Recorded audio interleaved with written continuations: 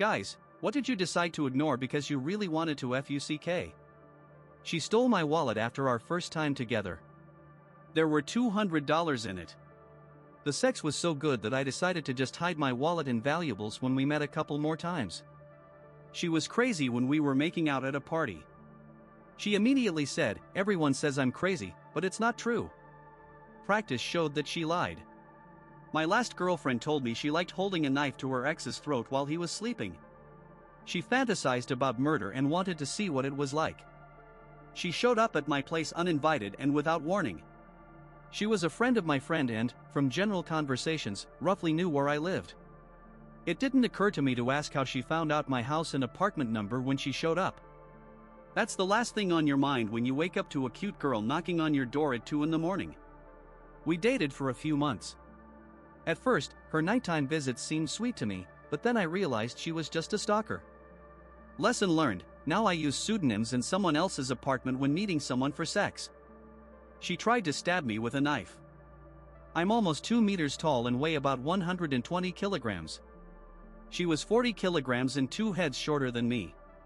My only reaction was to step back and pin her arms above her head until she stopped trying to stab me. I think the only thing that saved me was that I was physically bigger. I had a 20-year-old stripper whose husband was in prison. One day, he got out and blew up my car right in front of my house.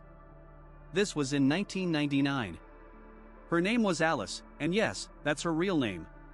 She looked about 27, had a Jessica Rabbit figure, and a sexy, husky voice. Her husband showed up at 10 in the evening when I was staying over at her place, and it was insane. At first, he wanted to fight me. He was a head shorter and 25 kilograms lighter. He was a musician, and I was a college athlete at the time. In the end, he decided not to fight, just yelled at her a bit and left. A few hours later, there was a loud knock on the door. It was her neighbor. My 1988 Cadillac Eldorado was burning in the driveway. We saw each other for a few more weeks, and then she went back to her husband. On the first day, I fell in love. On the second day, she slapped me in the face. On the third day, she broke into my house. On the fourth day, I found out she could squirt across the room. On the fifth day, she told me she had chlamydia. On the sixth day, I slept with her without a condom. On the seventh day, she brought me a pill for chlamydia and immediately after that, gave me the most mind-blowing sex.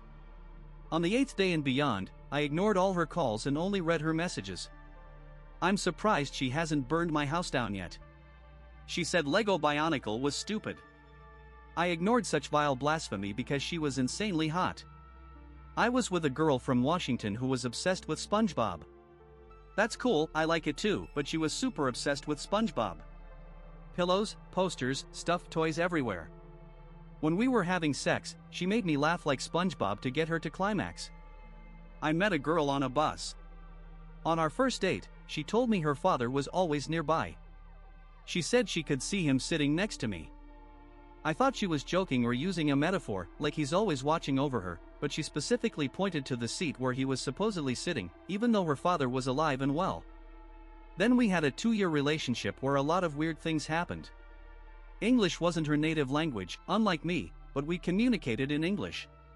Sometimes she said we when talking about what she did during the day, refusing to clarify who she meant. Any argument ended with her refusing to go into details about what was happening. For example, she'd say something, I'd quote her, and she'd reply, "No, you said that." She married a 60-year-old man when she was 25. A very mysterious person. To this day, I can't say how crazy she actually was. My friends and I got drunk and decided to give a random girl a ride from a parking lot on Christmas Eve. On the way, she pulled a gun on us. All my friends bolted, but I stayed. Then she invited me to hook up on a couch in a house she was temporarily looking after. She had just graduated high school, was 18, and still lived with her parents. She invited me over because her parents went camping for the weekend, and she was alone. In their garage, I saw a ton of camping gear and commented on it while we were smoking, but she said it was just a small part of her dad's stuff. After sex, we fell asleep. I was woken up by a punch to the ribs, then another to the back, and a hit to the back of my head. Half asleep, I didn't understand what was happening, but then I saw this huge guy. He was screaming throughout the house, "Who the hell is this guy banging my daughter?" He left the room, yelling that he was getting his gun, and started rummaging through a closet. I jumped up and started getting dressed. He saw me, came back, and lunged at me. We wrestled a bit, then I hit him a few times, he threw me against the wall, and went back to looking for the gun. I looked at the girl like, what the hell, because she was just lying there, doing nothing. She said I'd better leave and then rolled over. I left. The situation was made worse by the fact that my car was in the shop, so she had picked me up and brought me to her place. Plus, I left my bag with my wallet in her room. It was a long 10-kilometer walk home at 3 in the morning. This was the late 90s, before cell phones and Uber. As it turned out, her dad had to work late for some reason and didn't go camping. I should have realized it when I saw the camping gear, but on the other hand, it made for a great story. Years later, there was a girl with a smelly vagina, but I still slept with her. Afterward, I went to the bathroom and washed my junk in the sink. The smell almost made me puke. I hooked up with a girl from my school a few years after graduation. She was a year below me. Her boyfriend had died in an accident a week earlier. She said she might have caught gonorrhea from him, but she wasn't sure. I still slept with her without a condom.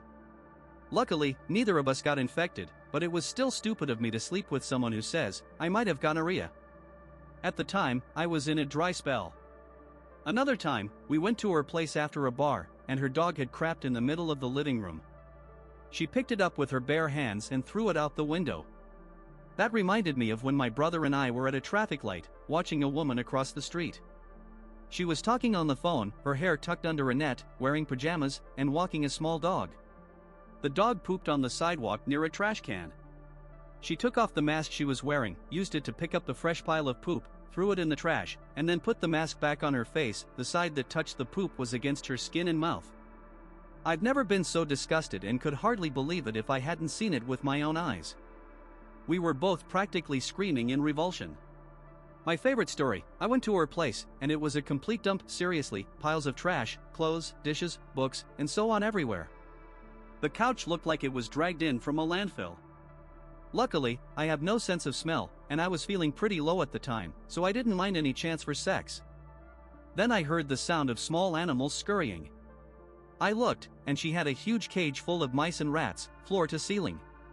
I can't describe how uncomfortable it is to make out on a filthy couch next to a pile of trash while hearing the rustling of mice.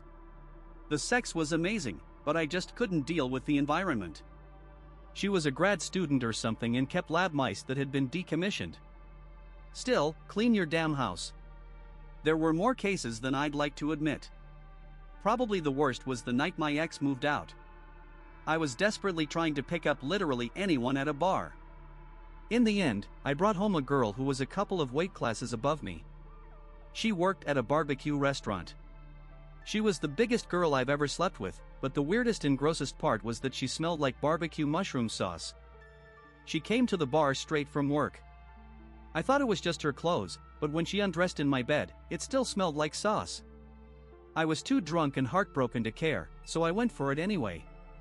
It's so ridiculous, the biggest, pig-like woman I've ever slept with smelled like barbecue. I'm grateful it didn't ruin my love for barbecue. I went to her dorm to hook up, and her room was filled with stuffed animals. They all had names and personalities, and they were positioned facing the bed because they liked to watch during sex. My brain shut off. Then she pulled out a hand puppet and tried to use it to jerk me off. After that, my friends called me toy seducer for a while. When we got to her place, there was a parrot the size of a pterodactyl in a huge cage, making ridiculous, loud screeches while we were having sex. Probably the craziest case was when we were hooking up, and some guy, maybe her ex, knocked on the sliding glass door. Her words, "Don't pay attention to him, we can keep going. He'll leave in a second." She had the worst breath I've ever smelled, just an awful stench.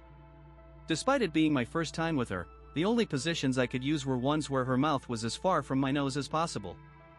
It was so bad that 10 minutes after she left, I could still smell it in the room. I met her at a bar, we had a few drinks, and she told me she just found out she was pregnant by a coworker. We went to her place, and I slept with her.